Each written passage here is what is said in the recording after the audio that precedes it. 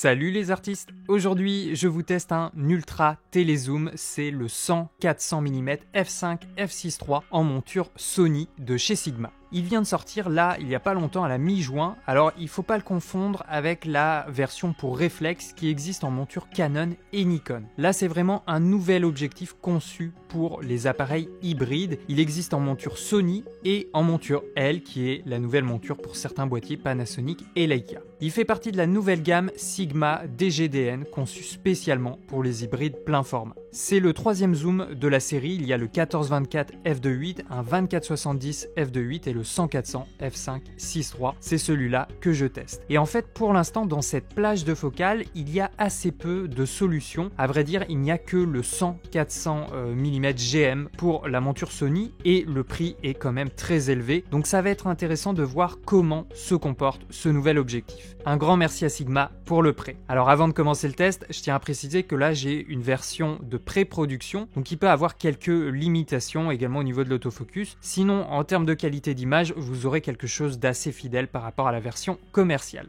J'ai pu l'emmener et le tester à la montagne puis un petit peu à la plage. J'ai vraiment plein d'images à vous montrer. Allez, c'est parti pour le test.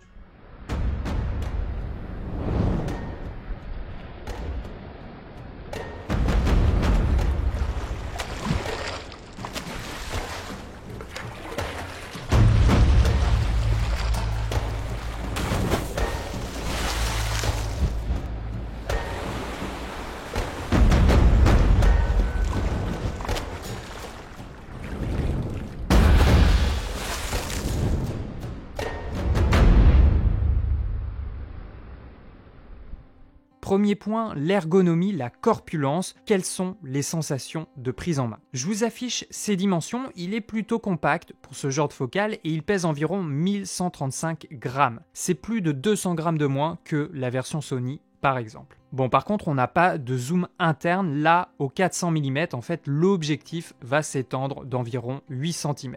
Mais ça va, comme l'ensemble est relativement léger, pas trop lourd, on n'a pas trop de déséquilibre, on a toujours de bonnes sensations en main. Donc ça, c'est l'intérêt de cette nouvelle série d'objectifs conçus pour les systèmes hybrides. Le tirage mécanique étant plus faible, ça permet de concevoir un produit plus compact et léger. Ensuite, au niveau de la formule optique, il intègre 22 éléments répartis en 16 groupes et il y a une lentille VLD et 4 verres SLD pour limiter les aberrations et la distorsion. On a un diaphragme à 9 lamelles, le diamètre du filtre quant à lui est de 67 mm. Au niveau du pare-soleil, il s'installe plutôt facilement. Chose à noter, le collier pour trépied est en option. Bon voilà, c'est un petit peu dommage, il n'est pas fourni de base dans le pack. Donc moi là, pendant mes tests, quand je l'ai utilisé sur pied, le plateau rapide était fixé sous le boîtier, ne vous étonnez pas. On est d'accord, c'est pas forcément le meilleur point de support pour équilibrer un téléobjectif. Après, le collier s'achète séparément et il fonctionne aussi avec le 105 mm de la série Sigma Art. Alors la grande question, ou en tout cas le point qui souvent vous intéresse, c'est de savoir si l'ouverture maximale est suffisante pour avoir un beau flou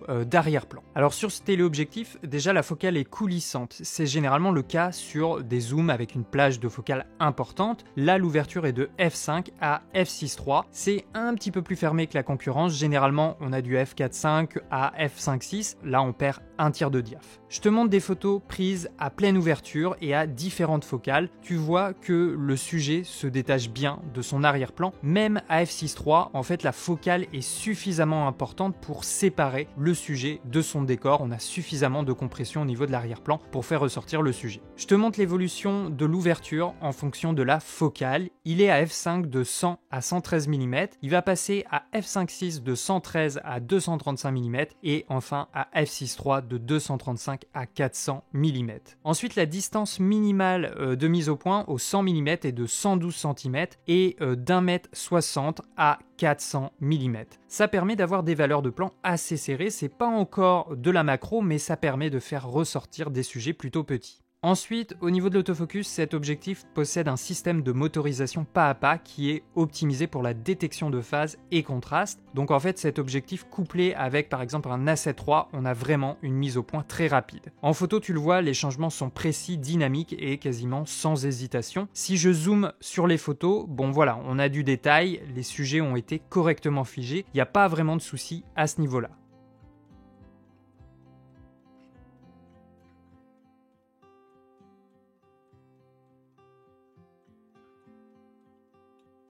Même au 400 mm, ça ne change rien, les changements sont assez dynamiques. En vidéo, c'est la même chose, j'ai été agréablement surpris, la mise au point est bien réactive, elle ne perd pas le sujet. En fait, pour tout vous dire, je l'ai quasiment tout le temps utilisé avec l'autofocus parce qu'il est plutôt fiable, comme ça j'ai juste à me concentrer sur la composition et la stabilisation de l'appareil.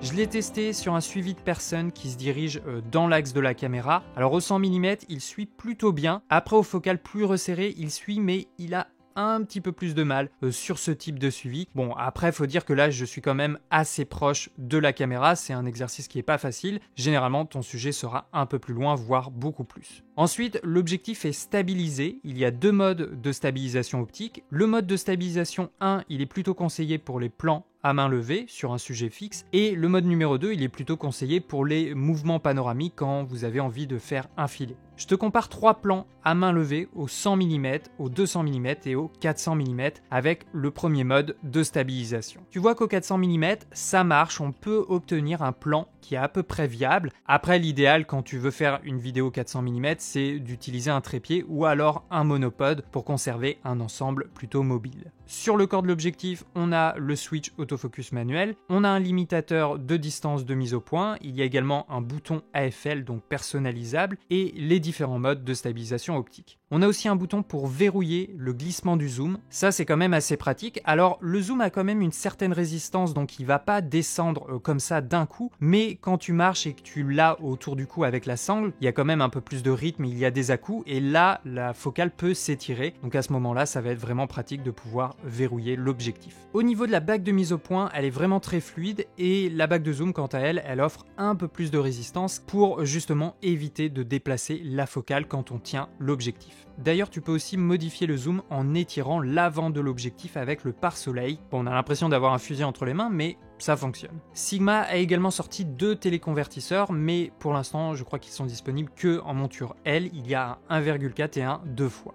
Donc voilà, l'objectif en lui-même donne plutôt une impression de robustesse. Je l'ai trimballé 2 semaines dans mon sac à dos, à la montagne, à la plage. Je n'ai pas eu de soucis particuliers. Chose à savoir, il y a également un joint d'étanchéité au niveau de la monture de l'objectif. Ensuite, côté aspect technique, au niveau du vignettage, il y en a un petit peu sur toute la plage de focale. Il est plus présent à pleine ouverture et il diminue un peu au fur et à mesure qu'on ferme le diaphragme, mais il ne va pas disparaître complètement. Après, au cours de mes différents tests, perso, ça ne m'a pas gêné plus que ça. Pour l'instant, au niveau du profil de correction de l'objectif, pour la suite Adobe, il n'y a que les versions pour réflexe. Je ne sais pas s'ils vont en sortir un pour la version hybride. En tout cas, voilà, le profil pour réflexe corrige déjà plutôt bien le vignettage. Côté déformation, on en a un petit peu. On a une distorsion en coussinet qui est un peu plus visible au 400 mm. On peut se servir du profil de correction de la version réflexe afin de corriger un peu cette déformation. Au niveau du piqué, au 100 mm, il est plutôt homogène, il n'y a pas trop de différence entre les différentes ouvertures.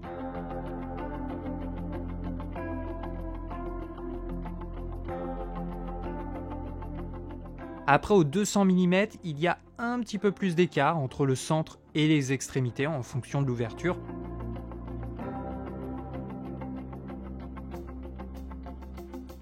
Et au 400 mm, c'est aussi un peu la même chose, il y a plus de différence au bord de l'image en fonction de l'ouverture que tu auras choisie, mais le centre, lui, quand même, ne change pas trop, il est bien défini. Et dans la pratique, vraiment, à chaque fois, le sujet était bien figé, on a du détail au centre. Ça m'est même arrivé de recadrer un peu plus une photo sur les 24 mégapixels de l'A7 III et le sujet était toujours correctement défini. Je te montre aussi l'évolution de la focale pour que tu saisisses bien la différence entre l'angle de champ du 100 mm et du 400 mm. Je vais te montrer à présent une série de photos capturées avec le 100-400 mm Sigma. C'est vraiment l'objectif, je trouve, idéal quand tu es en vacances parce que la plage de focale nous offre une variété de points de vue. On va pouvoir aller chercher des éléments, des compositions un peu plus lointaines et en même temps, on peut tout aussi bien photographier des sujets qui sont tout proches de nous. Et là, on va avoir une perspective très intéressante avec une compression de l'arrière-plan qui va faire ressortir parfaitement le sujet.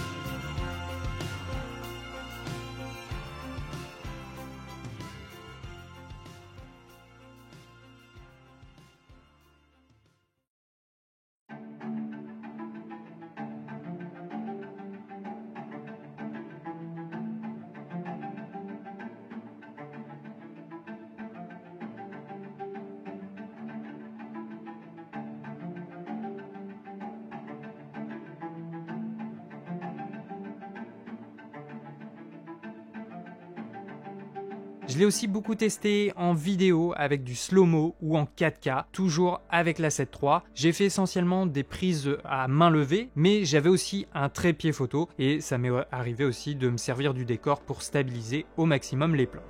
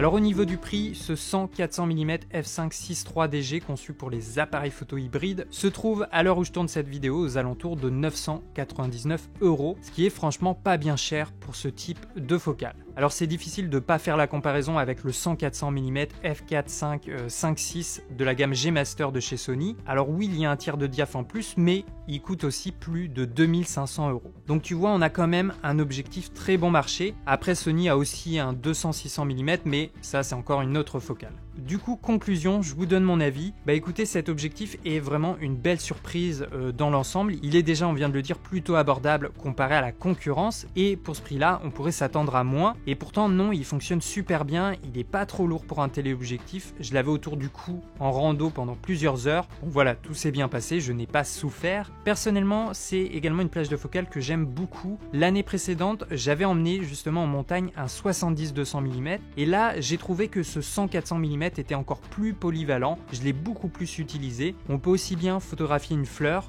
une plante à quelques mètres qu'une marmotte à plusieurs dizaines voire centaines de mètres. Ensuite, l'autre avantage de cet objectif, c'est qu'il a une monture Sony. On n'a pas besoin d'adaptateur et du coup, on a une mise au point, un autofocus totalement fonctionnel qui est vraiment très rapide, qui est très stable, surtout si tu combines cet objectif avec un des derniers appareils photo hybrides de la marque Sony. Moi, je l'ai utilisé avec l'A7 III et ça fonctionne très très bien. En photo, il fait mouche tout de suite. J'ai trouvé que l'image était bien détaillée, le piqué est plutôt bon. En vidéo, c'est un objectif aussi très sympa à utiliser, peut-être un petit peu plus dur à manipuler, en tout cas à main levée, surtout au 400 mm. J'aurais tendance dans ces conditions à recommander l'usage d'un monopode. Alors c'est un objectif que je recommande plutôt pour de la photographie sportive, animalière et également pour les vacances. Si tu voyages beaucoup, tu vas voir que c'est une focale très intéressante à utiliser et tu vas même surprendre un petit peu ta créativité parce que tu vas travailler des points de vue, des axes que tu n'as pas forcément l'habitude de travailler avec une focale plus courte. Voilà les artistes, j'espère que cette vidéo vous a plu. Dites-moi dans les commentaires ce que vous pensez de cet objectif. Est-ce qu'il vous intéresse? Pour quelle activité vous aimeriez bien l'utiliser? Comme d'habitude, je vous ai mis les liens du produit dans la description de la vidéo. Vous pouvez également me suivre sur Instagram. J'essaye de partager régulièrement des photos et vidéos. Ici derrière la caméra, ciao les artistes!